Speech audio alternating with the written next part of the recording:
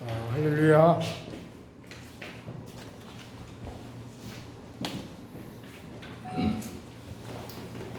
지금부터 월기총 용본 예배 세미나 마치고 3부 그럴까요? 바짝 분위기 좋죠? 예. 아유 감사합니다. 굉장히 꼼꼼하게 우리 이성훈 목사님께서 감사합니다. 말씀을 잘 해주셔서 대단히 감사합니다.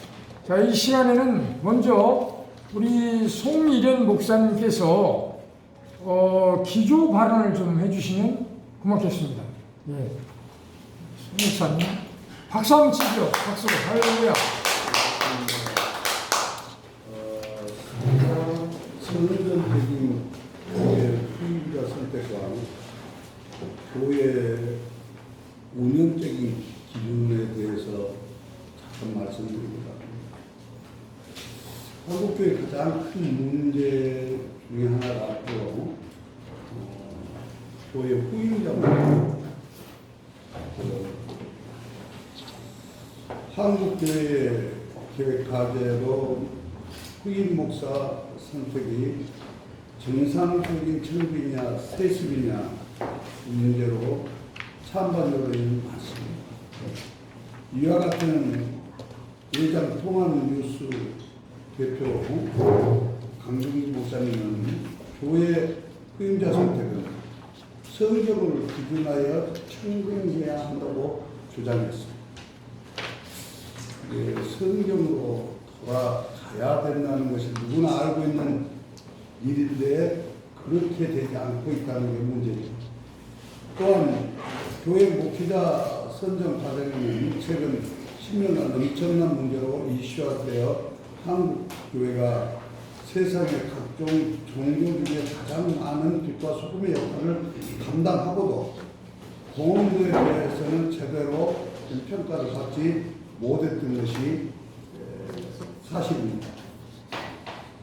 교회 계획에 대한 문제 중에 하나는 교회 중 대형 교회의 개척 1세대 목회자가 은퇴하고 교회 후임자 선정 문제와 선정 이후 다양한 교회 혼란의 문제로 사회적 언론이 교회에 대한 부정적인 보도를 통해 크게 영향을 주어서 사회적인 교회 위상 추락이 전도 방해와 연약한 교회 성도들의 교회 이탈로 심화되어지고 있는 게 사실입니다. 바로 어제 우리 한기부 주최로 목양교에서 열린 교회 개혁과 부흥 세미나에서 전 장신대 총장 김명용 목사님은 신학과 교회 성장을 주제로 기쁨의 신학과 기쁨의 교회에 대하여 복음은 진정한 기쁨이 있어야 기쁨이 넘치는 교회가 되어야 한다고 강조했습니다. 이 기쁨의 교회는 성경적인 요소, 성경으로 돌아가야만이 이게 가능하다는 것이 결론이었습니다. 아멘. 이와 관련 한기총, 한교련, 한기련, 장담 또는 성결, 순복음 교단 등의 태어난 문제가 상당한 환란으로 교단 내외의 큰 문제로 대두되고 있고 심지어는 기독 언론들뿐만 아니라 일반 사회 언론까지 제대로 된 교단 헌법과 내용을 분석지도 않고 유명세를 타고 있는 목사님들을 초청하여 일반적으로 북한에 대한 우리가 쓰는 용어인 세습이라고 주장하는 것에 확산되면서 그것이 사실상 그냥 신자들이나 불신자들에게 오해를 주고 있으면서 교회가 지탄을 받고 있는 현실입니다. 이로 인하여 한국교회 내 기독교의 위상은 상당 부분 추락시켰고 복음적인 교회 전도의 문은 가로 막히고 있습니다. 조선 말기 이후 이 나라는 하나님 은혜를 가장 많이 입었고 국가나 사회 좋은 일을 엄청나게 많이 했음에도 불구하고 평가는 제대로 받지 못한 상태에 있습니다. 제 개인적으로 모태신앙이기 때문에 저는 아주 어려서 모든 기억이 교회뿐입니다. 근데 교회에서 정말 우리는 많은 것을 혜택을 봤습니다. 한국 사회가 교회 혜택을 받다는 말과 같은 것입니다. 최경구 목사님은 성경으로 본 교회 후계자 선택에 대하여 바울의 후계자 디모데 선택, 이게 디모데전서 1장 18절에 바울은 디모데를 아들로 호칭했으며 이스라엘 공동체의 왕과 제사장의 혈육 계승으로 아론의 후손 제사장 다윗의 후손 왕으로 계승하였던 것입니다. 교회는 세상의 보는 관점과 전혀 다른 데 있습니다. 저는 여기서 이렇게 한 말씀 드리면서 말씀을 마치려고 합니다. 현재 한국교회는 원로 목사님과 후임 목사님에 대한 문제로 심각한 교회가 많지만 한기총 여러 증격 대표자뿐만 아니라 명성교 금남교 등 아들의 후계자로 정상적으로 청빙을 받아 기쁨과 행복한 충만한 교회 안정적인 부흥을 이루고 있는 교회들이 많습니다. 저는 부흥사이기 때문에 많은 교회를 다니면서 부흥회를 했고 또 그 부흥회를 하는 곳에 가면서 보고 느낀 것들이 많은데 결론적으로 말하자면 개성한 교회는 저는 아들도 있고 사위도 있고 딸들도 똑똑한 딸들도 많이 있지만 저는 절대로 내 친동생도 나하고 나이가 15살 이상 차이가 나는 동생이 목사지만은 우리 교회 안 물러줍니다. 저는 내 직계들에게는 물러주지 않아요. 그러나 분명히 한국 교회는 하나님의 뜻 성경을 위배함으로 인해서 위기를 맞고 있습니다. 그 무엇이냐? 승계를 잘하고 있는 교회는 부흥이 되고 청빙한 교회들은 부흥이 되지 않고 문제가 되어서 교회가 산산조각이 나고 있다는 사실들을 우리는 느껴야 됩니다.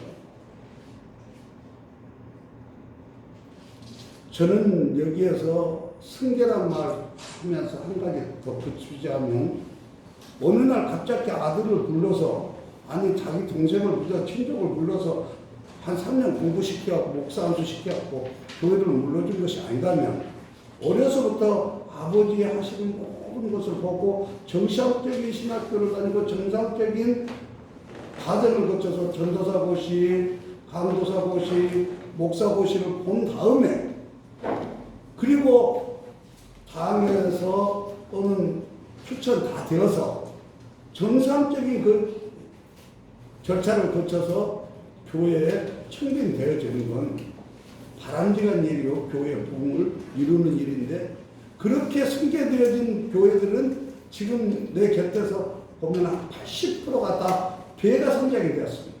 그런 예를 많이 들어드릴 수가 있는데 지금 여기 공개설사에서 말하기는 어렵지만은 수많은 교회들이 제 주위에서 아들들에게 승계해갖고 부흥된 교회들이 많습니다.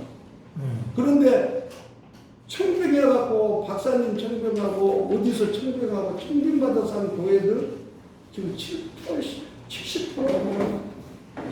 70%가 교회가 다 싸움이 나고 다툼이 나고 문제가 생겨서 근데 이 사건이 어떻게 봐야 되겠느냐.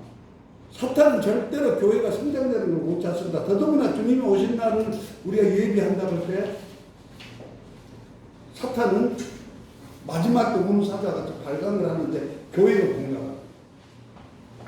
그래서 저는 이런 자리에서 말씀드리고 싶은데 한국교회가 성경으로 돌아가고 그리고 사탄들의 소리에 세상 사람들의 소리에 세상 사람들의 국리에 맞추는 교회가 되지 않고 하나님의 뜻에 맞추는 하나님의 뜻을 받는 교회가 되어지기를 진심으로 바라면서 오늘 이렇게 기도반으로 하게 하신 것 감사드립니다. 고맙습니다. 네, 좋은 말씀 대단히 감사합니다. 이 시간에는 오프닝 멘트로 이제 모두 발언으로 현재 한국교 현주시대에서 우리 박광재 목사님께서 말씀해 주시면 감사하겠습니다. 감사합니다. 지금 우리 한국교회는 마르틴 루터가 종교를 개혁할 때 그 당시에 부패상보다도 더 큰 부패상이 있다고 연구들 하고 있습니다. 마르틴 루터가 중세교회를 개혁하게 된 도화선이라고 하는 것은 성직 매매입니다. 성직을 매매하는 것, 이것은 하나님의 뜻에 어긋나고 성경의 원리에도 어긋나는 것이기 때문에 성경으로 돌아가자 또는 초대교회로 돌아가자 하는 차원에서 목숨을 걸고 종교개혁을 했습니다. 그래서 프로테스탄트, 리폼메이드 처치, 개혁교회가 이 땅에 나타나게 된 것이지요. 이 500년이 지나고 502년째 되는 현 시점에서 우리 한국교회를 돌아볼 때 500년 전 그 중세교회 타락상을 그대로 답습하고 있기 때문에 우리 한국교회는 정말 이 시대에 획기적인 제2의 종교개혁의 운동을 일으키지 않으면 안 되겠다 하는 일에 모두가 공감대를 가지고 있는 줄로 알고 있습니다. 지금 우리 손미련 목사님께서 한국교회의 문제점, 특별히 후계자 문제 또는 원로 목사를 추대하는 이런 과정에서 여러 가지 잡음이 일어나고 하나님의 영광을 가리고 우리 한국교회가 그것 때문에 많이 손해를 보는 또 세상으로부터 진이 밟히는 이런 일들을 염려하셨습니다. 그러든 우리 한국교회가 이 시점에서 개혁해야 할 그런 과제들이 많이 있습니다만 저는 한국교회의 영적 지도자들을 선출하는 과정에서 부교와 같이 중세교회와 같이 세속적인 금권 불법 타락 선거라든지 성직 매매를 완전히 근절해야 한다. 저는 그렇게 생각을 합니다. 이거 하나만 개혁을 해도 한국교회의 거의 7, 80% 내지는 90%의 개혁은 이루어지지 않겠느냐 하는 그런 기대를 가지고 있습니다. 네, 좋은 말씀 감사하고요. 한국교회가 머리 깎인 삼손처럼 힘을 잃고 조롱을 당하면서 비웃음을 당하고 있는 현실은 무엇 때문이라고 생각하십니까? 목사님? 여러 가지 요인이 있겠지만 저는 세 가지를 말씀드리고 싶습니다. 첫째는 세속주의입니다. 세속주의. 이 세속의 모든 문화, 제도 이런 것들이 교회에 들어와서 세속화시키고 있습니다. 하나님께서 그 노예 방주를 지으라고 명령하실 때 역총으로 방주 안팎을 전부 싸라고 했어요. 그거는 배에 물이 들어오면 침몰하기 때문이지요. 그러니까 우리 교회는 세상과 구별되어야 하고 또 세속의 문화가 혹은 제도가 이런 것들이 교회에 들어오면 교회는 침몰하게 되어 있습니다. 지금 한국교회는 너무나도 세속적, 세속을 따라가는 이 세속을 사실 어떤 문화를 정복하고 또 지배하고 다스리고 우리 기독교 문화로 이끌어와야 되는데 기독교에는 세속을 따라가요. 이 세속화, 이것이 한국교회의 쇠퇴의 원인이다 저는 생각을 하고요. 네. 두 번째 원인은 개인주의입니다. 개인주의.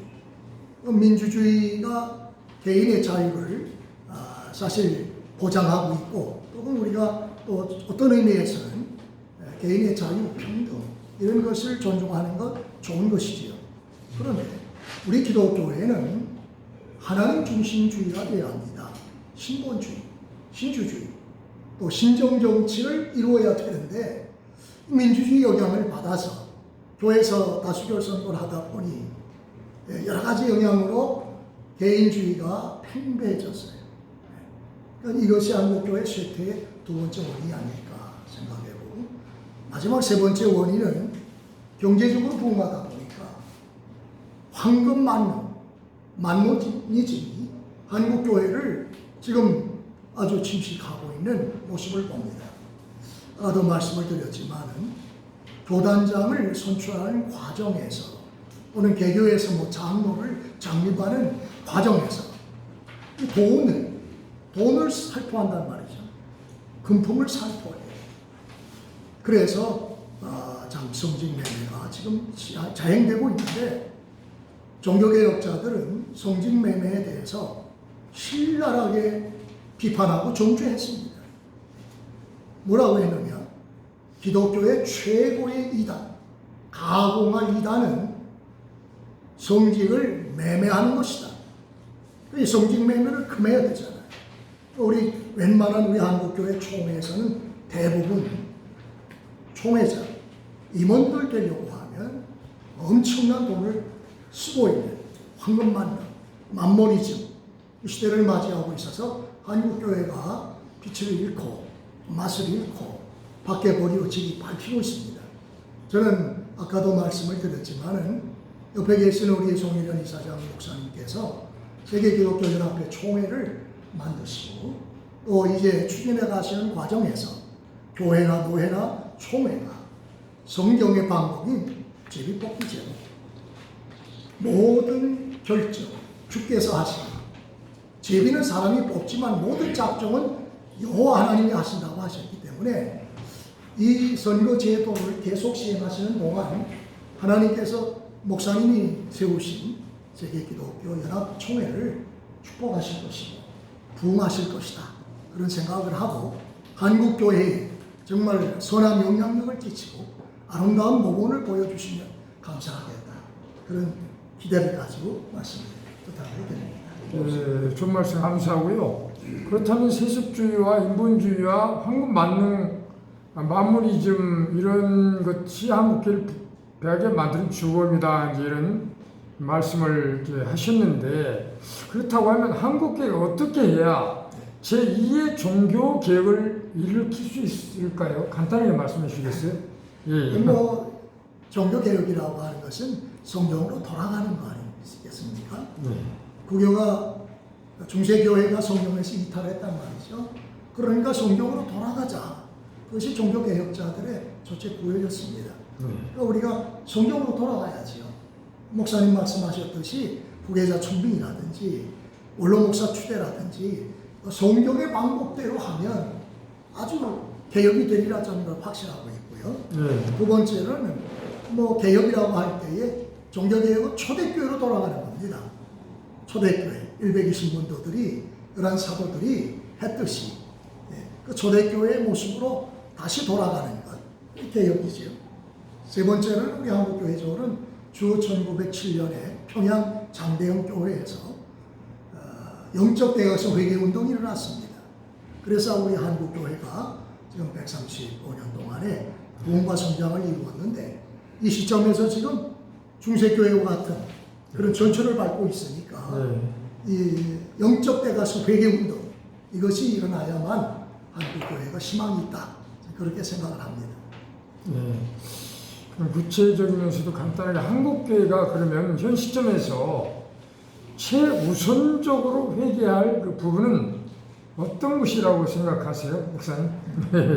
아까도 언급을 했지만은 교단장 선출하는 선거 제도를 성경의 방법으로 초대교회 사도들과 120문도들이 적용한 모범으로 보였던 성경의 제비뽑기 제도로 개혁해야 된다 생각합니다.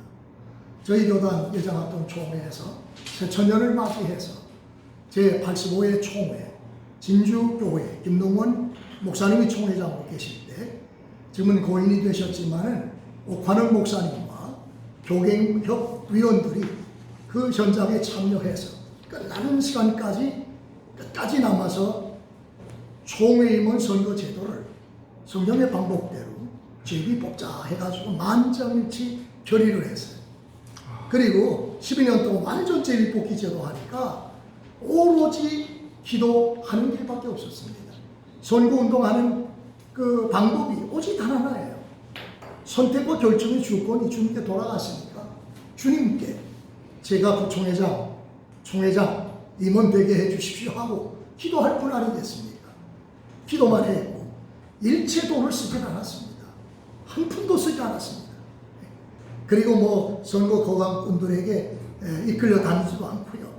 그럼 하나님은 뇌물을 안 잡수시고 또 총중들도 뇌물을 받아야 될 이유가 없잖아요. 자기들이 주권을 행사할 때는 여기 표 몇 개 있다, 표 달라 해가지고 돈을 억지로 뺏어가듯이 참 이렇게 했지만 금세속적 금권 불법 타락 선거가 그 당시에는 자행이 됐지만 새천년을 맞이해서 완전 제비 뽑기 제도 할 때는 오로지 기도하는 것, 중심을 보셔야 하나님 앞에 자기의 양심을, 중심을 바로 세우기 위해서 선하고 의롭고 진실하게 살 수밖에 없었던 것이죠. 그러면 이 제도로 다시 돌아가든지 우리가 여러 선거 제도를 지금 계속 경험하고 있습니다. 민주주의에 의해서 500년 이상을 다수결 선거 제도를 지선해왔고 또 우리 예장합동 총회는 새천년을 맞이해서 12년 동안 완전 제비 뽑기 제도를 했고 거기에 또 불만을 가진 정치 세력들이 좀 제도를 바꿔보자. 우리의 주권을 뺏겼다 해가지고 제비뽑기 폐지하고 직선제로 돌아가려고 했지만은 12년 동안 제비뽑기 제도의 맛을 본 총대들이 폐지할 수는 없다.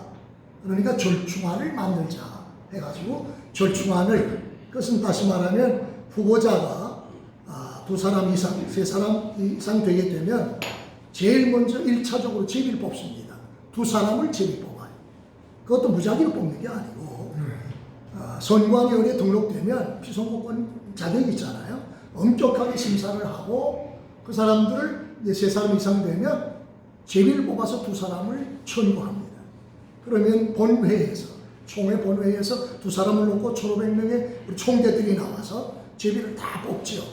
빨주노초 파남보 무지개색 언약의 무지개 색깔 7개 하나의 그 색깔에 1,000개씩 만들어서 7,000개를 만들어가지고 상황에 따라서 총대들이 다 나와 제비를 뽑고 하나라도 많이 뽑힌 그 후보자가 최종적 부총회장으로 임원들로 선출되게 되었던 그런 사건이 있습니다.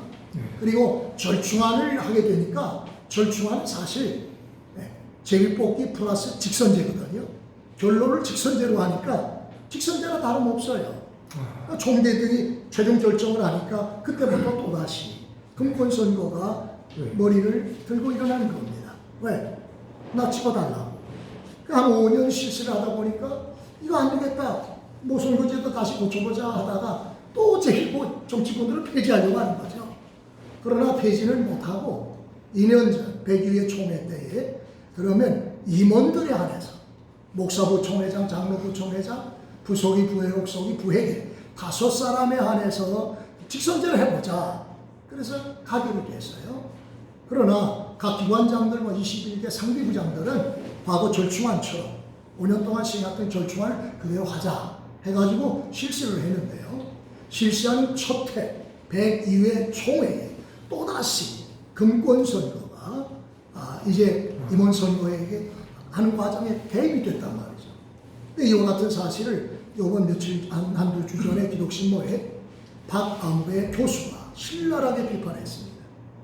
102회 총회에서 임원들을 직선제로 했는데 지금 엄청난 돈을 썼다고 금권 선거를 했다는 소문이 파다한데 거기에 대해서 그 사실이라면 당사자는 회개해야 할 것이고 사실이 아니면 자기의 정당함을 입증을 해야 될 게 아닌가. 근데 지금 이런 소문이 있는데도 어느 누구 하나도 변명하는 사람도 없고 하니 빨리 규명해서 이런 분권 선거가 다시는 총회에 발붙이지 못하도록 하자는 오피니언의 글을 쓴 것을 제가 보았습니다. 그런데 어떻든 그것은 당사자가 회개해야 될 문제고요. 이렇게 해야 될 것 같아요. 사도행전 1장 20절에서 26절에 보면 마띠아와 요셉 두 사람을 천거하고 기도하고 제비 뽑아서 마띠아를 11사도의 수에 가입했듯이 최종 결정, 최후 결정을 주님께 맡기고 우리가 할 일은 다만 충분한 자격을 갖춘 사람을 천거만 하는 겁니다. 하나님 앞에 요셉과 마띠아처럼. 그리고 기도하고 제비 뽑으면 하나님이 필요한 일꾼을 그의 때마다 세워주시리라. 저는 그렇게 확신을 하면서 이것이 한국교회 제도의 개혁이 제일 한국교회 개혁의 우선 과제가 되어야 하겠다. 그렇게 생각을 합니다. 네, 좋은 말씀 감사하고요.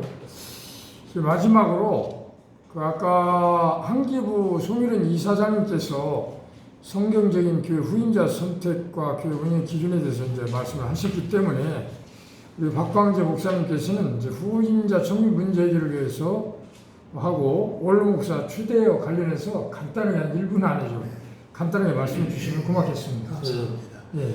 제가 6월 11일자 기독신문에 전면 광고를 했습니다. 내게 주신 은혜를 무엇으로 보답할고 제가 70년 이제 되고 금년이 이제 저의 목회 사역을 마무리하게 됩니다. 그래서 자연히 후임자를 준비해야 되지 않겠습니까? 그리고 또 저의 은퇴하게 됨에 따라서 원로 목사로 추대하는 두 가지 문제가 있어서 이것을 저는 성경의 방법대로 제비를 뽑아서 하나님의 뜻을 따르겠다. 이것이 우리 한국 교회의 가장 문제가 되고 있거든요. 원로 목사를 세움에 있어서 성도들은 부담을 좀 느끼는 게 사실입니다. 은퇴 후에도 계속 지원을 해드려야 되니까 반대할 수도 없고 찬성하기도 어렵고 성도들이 참 입장이 난처한 거죠. 또 목사의 입장에서도 하나님께서 결정해 주시면 원로 하라 라고 제비 뽑아주시면 당당히 할 수 있고 은퇴해라 은퇴하면 되는 거예요. 미련까지 필요 없다고 생각해요. 그렇게 되면 교회가 평안하죠. 성도 입장과 난처하지 않죠. 영적 권위도 생기는 것이죠. 그래서 저는 40년 목회를 한 교회에서 했는데 우리 법대로 하면 뭐 20년에 한 번씩 원로 목사가 되니까 두 번도 할 수 있기 때문에 우리 사랑하는 선후배들이 목사님 절대로 제비 뽑지 마십시오 그렇게 말하지만 저는 공개를 했어요. 공개를 해서 나의 원로 목사도 제비 뽑을 것이다. 후임자 역시도 제비 뽑을 것이다. 그래서 영광교회 후임자 성령대로 제비 뽑아 청구합니다라고 광고를 했더니 2주가 됐는데 지금 사역을 마치고 돌아보니까 한 20여 명의 후임자들이 지원이 왔어요. 아주 대단한 학박사들, 교수들, 대단한 사람들이 와서 제가 대략 지원서를 훑어보니까 누구를 선택해야 될지 모르겠어요.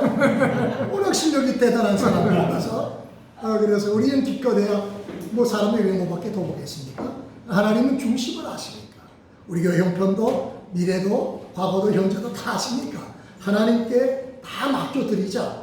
우리 청빙위원들은 들어온 지원서를 심도 있게 검사하고 그리고 최종적으로 3사람의 후보자를 하나님께 청구하자. 그리고 기도하고 제비 뽑도록 그렇게 저는 벌써 10년 전부터 기도해 왔고요.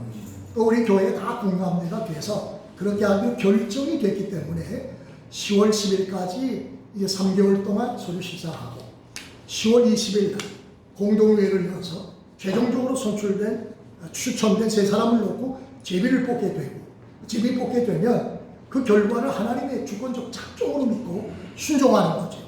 어느 누구도 반대할 수가 없는 것이죠. 사람이 결정을 했다면 반대할 수도 있어요. 하나님이 결정하셨는데 누가 반대하겠어요.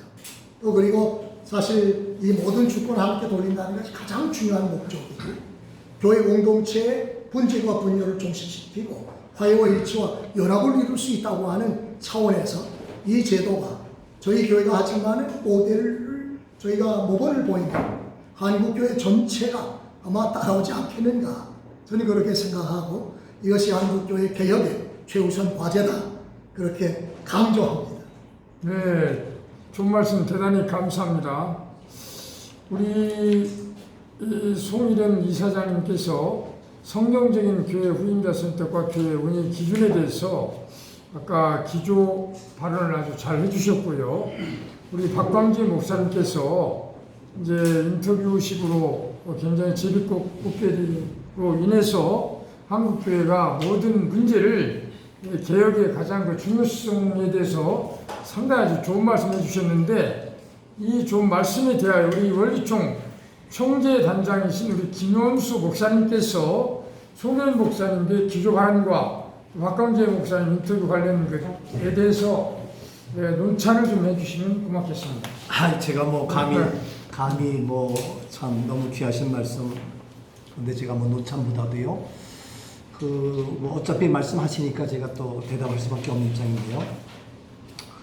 실질적으로 구체적으로 한국교회 후임자 때문에 그동안에 많은 그 아름답고 귀한 공이 있음에도 불구하고 인정받지 못하는 우리의 현실입니다.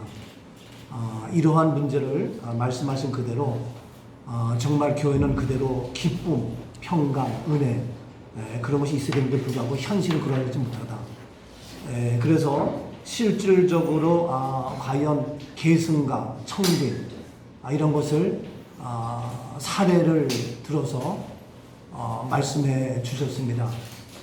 성경에 근거하고 말씀에 근거하고 또 그에 따라서 실질적으로 청빙한 교회와 계승한 교회 또 여러 가지 그런 비교를 말씀해 주셔서 정말 거기에 공감도 하면서 또 말씀 그대로 정말 교회는 세상과 다른 이러한 그런 말씀의 생명이 있음에도 불구하고 그러하지 못한 우리 현실을 바라보면서 이제 더욱 정말 성경으로 돌아가서 교회가 교회의 삶을 감당해야 되겠다는 그런 말씀에서 귀한 말씀이라 저는 느껴지고요. 또 이어서 우리 박광재 목사님 말씀 정말 이 시대에 제2의 종교개혁이 필요한 시대다. 우리 모두가 공감하고 있는 현실입니다. 그래서 그런 많은 문제 중에서 가장 귀한 개혁을 얘기한다면 뭐 많은 것이 있겠습니다만 또 저도 많은 걸 논할 수 없겠고요. 바로 그 후임자 또는 그 금권 선거, 탄압 선거 이런 것들이 많은 문제가 있다 이런 말씀을 지적해 주셨습니다. 저도 뭐 개인적으로 제가 말씀드리고 싶기는 좀 먼데다만 감리교단이 제 소속이기 때문에 4년의 감독회장을 만들면서부터 지금까지 쉬지 못하고 계속 법적 싸움으로 현 감독회장도 사실은 선거 무효입니다. 선거 무효면 아예 감독 자격도 없음에도 불구하고 또 그대로 감독회장의 직무를 수행하고 있습니다. 어디까지가 이게 옳은 건지 지금도 계속해서 그런 싸움 속에서 벗어나지 못하고 그러니까 본인은 살지 모르겠지만 계속 감독을 하고 또 자기는 영웅이 될지 모르겠지만 교계의 많은 자들에게 끼치는 그 영향은 이루 말할 수 없습니다. 우리는 가만히 있어도 그 피해가 우리 한국교회 전체에 오는 오늘의 현실이기 때문에 이러한 모습 이것을 개혁하는 것 말씀한 대로 정말 우리는 천고하되 마지막 최종은 하나님의 주권을 인정해서 하나님께서 뽑도록 이렇게 하는 것이 바람직하지 않겠느냐라고 하는 말씀을 해주셨습니다. 우리 두 분 다 너무 귀한 말씀이고 존귀한 말씀인데 저는 여기 저도 적극 동조하고 공감합니다만 그런데 감히 말씀드린다면 제 개인적인 또 의견을 얘기한다면 다 옳지만 그러나 그것이 과연 현실적으로 이루어지겠느냐 물론 지금 모델로 이렇게 하고 계십니다만 그렇다고 정말 많은 교단이 그것이 물론 오랜 세월이 지나야 되겠습니다만 그래 따르면서 과연 옳다 하겠느냐 하는 그런 생각을 보면서 제가 감히 말씀드린다면 제 개인적 생각으로는 우리의 현 사회의 현실을 정확히 짚으셨습니다. 그 외에 많은 문제가 있습니다. 이런 것들은 어떤 교단의 어떤 단체에 모일 수도 있지만 사실은 개인입니다. 자기 자신의 욕심, 자기 자신의 욕망, 자기 자신의 교만, 자기 자신의 여러 가지 그런 개인 이러한 것이 있기 때문에 저는 우선적으로 이러한 일을 하기 위해서 아까 물론 1970년에 대각성 해경농단 나왔습니다만 개인이 변하지 않고는 개인이 교육되어지지 아니하고 훈련되어지지 않고 영성으로 무장되지 않고 말씀으로 무장하지 않으면 나는 말씀대로 사는데 너는 왜 그렇게 안 해? 라고 하는 탓을 돌리는 목사님은 다 지금 얘기한 이런 걸 공감하고 있습니다. 모두가 다 썩었어, 잘못됐어, 세속화됐어, 금권이야, 타락이야 다 얘기하지만 실제 자기가 필요하지만 자기는 그 길을 걷고 있습니다. 너희 잘못돼서 하면서 자기는 그 일을 행하면서 자기는 전혀 해당부 이렇게 생각하고 그 길을 걷고 있습니다. 개인이 변화되지 않고는 하나님은 반드시 그때마다 말씀한 대로 노아 한 사람 그러나 노아는 여호와께 은혜를 입었더라 노아를 통해서 놀라운 역사가 이루어집니다. 아브라함 갈대우리를 떠나서 고향집을 떠나서 우상숭배 떠나서 그 길을 통해서 일하셨습니다. 누가 보래도 모세는 그 길을 걸어갔습니다. 누가 보래도 사도 바울은 감옥에 갇혀도 그 길을 걸었습니다. 오늘날 저는 개인적으로 생각합니다. 교단에서 많은 사람들 앞에서 같이 어울리려고 왕따가 되지 않으려고 같이 먹고 마시고 혀이 치덕거리려고 저는 반대합니다. 하나님이 내가 너를 모른다 하면 끝납니다. 목사 세계에서 왕따가 되십시오. 교단에서 왕따가 되십시오. 그리고 하나님 앞에 인정받는 자가 되자. 저는 그러고 싶습니다. 오늘 엄마들이 우리 애가 학교 가서 왕따 당해요 라고 얘기하는데 나는 왕따 되라고 얘기해요. 우리 청년들이 취직하면서 왕따가 돼요. 주여 앞에서 같이 어울려야 되기 때문에 나처럼 왕따 되라. 물론 우리가 본이 되어야 됩니다. 본이 되는 건 중요하지만 우리가 이 마지막 때에 정말 내가 말씀을 지키기 위해서 나 한 사람 한 사람이 변화되지 아니하면 여러 가지 문제는 어렵다. 그래서 들면서 우리 두 분 목사님 너무 귀하게 한 분 한 분 내가 정말 이렇게 변화되겠다는 그런 각오 가지시고 이제 제비뽑기 실제 내가 은퇴하면서 이렇게 하겠다. 또 내가 이렇게 세계총회를 만들어서 이렇게 하겠다는 그런 모습. 저도 감히 성경대로 다 맞습니다. 성경대로 돌아가야 됩니다. 기준은 성경입니다. 기준이 성경이 아니면 다 잘못된 겁니다. 오늘날 문화가 기준 타락입니다. 오늘날 세상의 기준 잘못된 겁니다. 근데 어느 시대건 어느 때건 누구에게나 동일하게 완벽한 기준은 영원한 진리 말씀 예수 그리스도 복음 진리 말씀밖에 없습니다. 그 말씀으로 돌아가자 하고 있습니다만 안 되고 있습니다. 왜? 자기의 유익, 자기의 이권, 자기의 욕심 때문에 안 돌아가고 있습니다. 말씀이 우선되지 않습니다. 그래서 내가 손해가 나도 말씀으로 돌아가야 됩니다. 예수님은 내가 손해가 나도 그 길을 걸으셨습니다. 죽으셨습니다. 그리고 살렸습니다. 저도 내가 죽어도 내가 희생돼도 내가 손해나도 살린다면 그 길을 갈 수 있는 그 길을 했는데 이러한 개인의 결단이 이런 개인의 판단력이 잘못되고 있습니다. 그래서 목회자가 오늘 우리가 판단력이 흐려지면 결단이 흐려지면 문제가 심각하다. 근데 우리의 판단의 기준은 뭐냐? 말씀 바이블이다. 성경의 기준에 판단해서 해야 되겠다 싶어서 귀한 말씀 너무 감사합니다. 그런 의미로 제가 감히 이 시간에 제가 말씀의 기준에서 잘못된 것 정도의 차이는 있습니다. 교단마다 선거법 다 정도의 차이가 있지만 정말 100% 미안하지만 90% 이상 잘못된 것이 바로 장례입니다.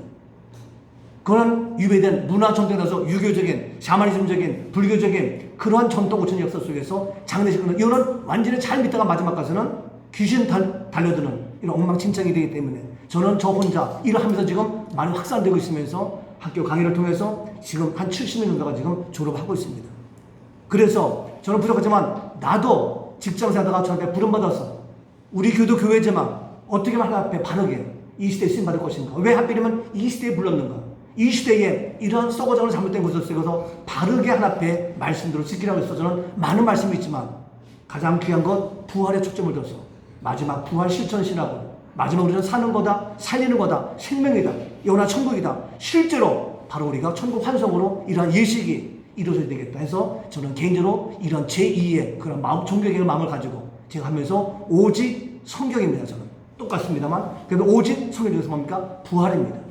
성경에 어려운 사람 도와주고 병든 사람 고쳐주고 많은 문제가 저도 신유도 하고 사회봉사도 합니다. 그러나 가장 중요한 거 바로 부활이 실제가 될 수 있도록 부활 실천 신학을 해서 제가 마지막 장례가 천국 환송으로 용어를 바꾸고 용품을 바꾸고 예식을 바꾸고 문화를 바꾸는 일을 제가 감히 하고 있습니다. 기도해 주시면서 우선 그래서 제가 많은 곳 공조하고 동감하고 같이 기도합니다만 또 저에게 주신 은사 들어서 저는 이거 하나 이것이 개혁된다면 정말 나머지도 바르게 되지 않겠나 싶으면서 이렇게 하기 위해서는 부족하지만 우리 한 분 한 분, 나부터 한 분 한 분이 정말 말씀에 붙잡힌 바 되어서 주신